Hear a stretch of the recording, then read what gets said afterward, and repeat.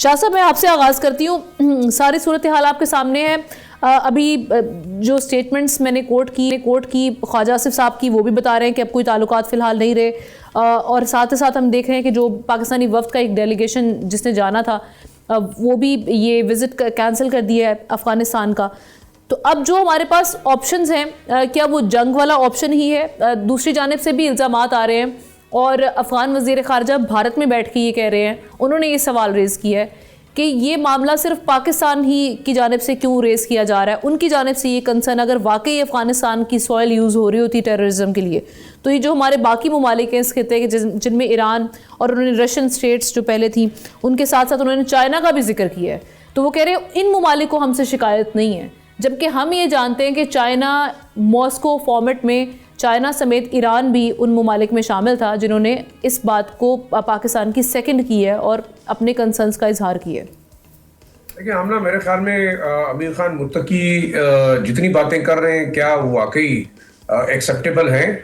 وہ تو میرے خیال میں عام حالات میں جیسے وہ سمجھتے ہیں کہ دنیا کے اندر غیر اسلامی جو نظام ہے ہم اس کے خلاف لڑتے رہے ہیں، امریکہ کی جو ہے نا وہ انفیڈل حکومت کے خلاف لڑتے رہے ہیں، وہ کمیونسٹ رشینز کے خلاف لڑتے رہے ہیں جن کی نہ قول و فعل میں ہمیشہ تضاد رہا ہے اور جو ہمیشہ دھوکہ کرتے رہے. تو امیر خان متقی جو کچھ اس وقت کہہ رہے ہیں کیا وہ سچ ہے؟ دیکھیں ماسکو فارمیٹ میں بڑا کلیئرلی بتایا گیا تھا نام لے کے کہ B L A, P T I M, I M U, T T P, یہ تمام دہشت گرد گروپ افغانستان کے اندر ان کے ٹریننگ کیمپس موجود ہیں. ڈپلومیٹ کی رپورٹ ہے کہ وہاں 60 سے 70 القاعدہ کے ٹریننگ کیمپس موجود ہیں جہاں ان تمام گروپوں کو باقاعدہ ٹریننگ دی جاتی ہے اور باقاعدہ ان کو سپورٹ کیا جاتا ہے فائنینشیل بھی اور دوسرے معاملات کا. دوسرا، امریکہ یونائٹڈ نیشن سیکورٹی کونسل نے خود کہا ہے کہ ٹی ٹی پی اور آئی ایس کے اس وقت افغانستان میں دہشت گردی کا ایک بہت بڑا مرکز ہے جو کہ تمام دنیا کے لیے خطرہ ہے. تو امیر خان متقی کی بات پہ یقین کیا جائے یا انڈین جو ان کے دوست ہیں ان کی بات پہ یقین کیا جائے؟ واضح ایک میسج پاکستان کے لیے ہے. پاکستان ڈیفینڈ کر رہا ہے، پاکستان نے ایگریشن نہیں کیا. پاکستان کو ڈیفینڈ کرتے کرتے تھک گیا پچھلے 2-2.5 سالوں سے. ان کو بار بار کہ جناب یہاں پہ ان کے گھر ہیں، یہاں پہ ان کے رہائش گاہیں ہیں، اس جگہ پہ ان کے ٹریننگ کیمپس ہیں، آپ ان کے خلاف ایکشن لیں. پہلے تو وہ ثالثی کی بات کرتے رہے، بات چیت اگر چلے وہاں پہ کوئی موجود نہیں ہے تو کس سے ثالثی کروا رہے تھے؟ یہ بتائیں کہ انہوں نے آئی ایم یو کے جو سربراہ ہیں ٹی آئی پی کے عبدالحق ترکستانی، انہیں باقاعدہ کابل بلایا، ملیٹنٹس کی لسٹ دی ہوئی ہے. ایران نے بڑا واضح کہہ دیا ہے کہ اس کے بعد وہ کسی بھی طریقے سے یہاں اپنی بارڈر کو انہوں نے سیل کر دیا ہے. 10-11 لاکھ افغانی بھیج دیے ہیں.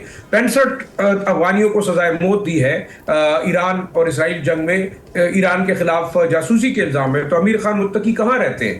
دوسرا دیکھیں ماسکو فارمیٹ کی میٹنگ کے بعد باقاعدہ چاروں ملکوں کا جو میٹنگ ہوئی، پاکستان، رشیا، چائنا، ایران، تو بلا کے امیر خان متقی کو کہا گیا ایمبیسڈر صادق کی موجودگی میں کہ یا تو آپ نے فیصلہ کرنا، آپ ان گروپوں کو سپورٹ کریں یا ہم آپ کی ڈیولپمنٹ جو ہے نا وہ پھر نہیں کریں گے، اور اگر آپ ایکشن نہیں لے سکتے تو ہم لیں گے. میرے خیال میں پاکستان کے لیے دیکھیں بڑا اچھا موقع ہے.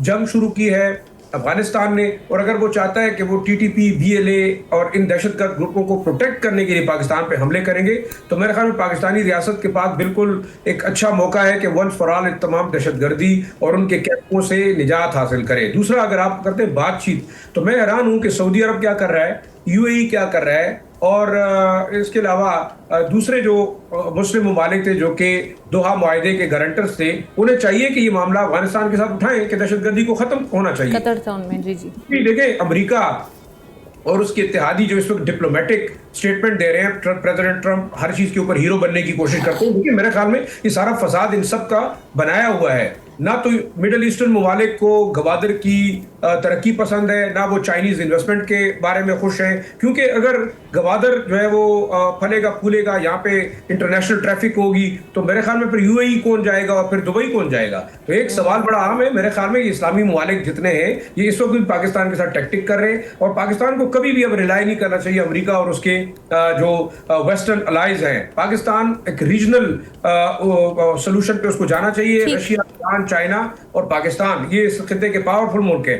رشیا بھی پاکستان کے ساتھ ہے, چائنا بھی پاکستان کے ساتھ ہے. اگر افغان, آخری چیز جو میں کہنا چاہتا ہوں, اس وقت امیر خان متقی اور ان کا طالبان کا ایک چھوٹا سا گروپ اس وقت وہ افغان قوم کے ساتھ بہت بڑا ظلم کر رہے ہیں. اس وقت چاہیے کہ افغان قوم خود اٹھے, ان سے سوال کرے کہ آیا پاکستان جس نے تمام عمر ان کے لیے قربانیاں دی, کیا اس کے خلاف جنگ کرنا جائز ہے؟ مجھے یہ لگتا ہے کہ کچھ ہی مہینوں میں میرے خیال میں افغانستان کے اندر ایک انقلاب برپا ہوگا, ویسٹرن ناردرن الائنس کے لوگ اٹھیں گے, جو ڈپلومیٹک فرنٹ ہے, جو پولیٹیکل فرنٹ ہے, وہ اٹھے گا. اور اس وقت دیکھیں سراج الدین حقانی صاحب اس تمام معاملے سے دور ہیں, گلبدین حکمتیار دور, ناردرن الائنس کے جتنے مجاہدین کمانڈر یہ وہاں سے آوازیں اٹھ سکتی ہیں. بالکل ایک طالبان چھوٹا سا گروپ وہ ڈکٹیٹ کر رہا ہے پاکستان کو. میرے خیال میں اب یہ وقت نہیں ہے پاکستان کی دشمنی افغان عوام. سبسکرائب کریں اور بیل دبائیں تاکہ کوئی خبر رہ نہ جائے.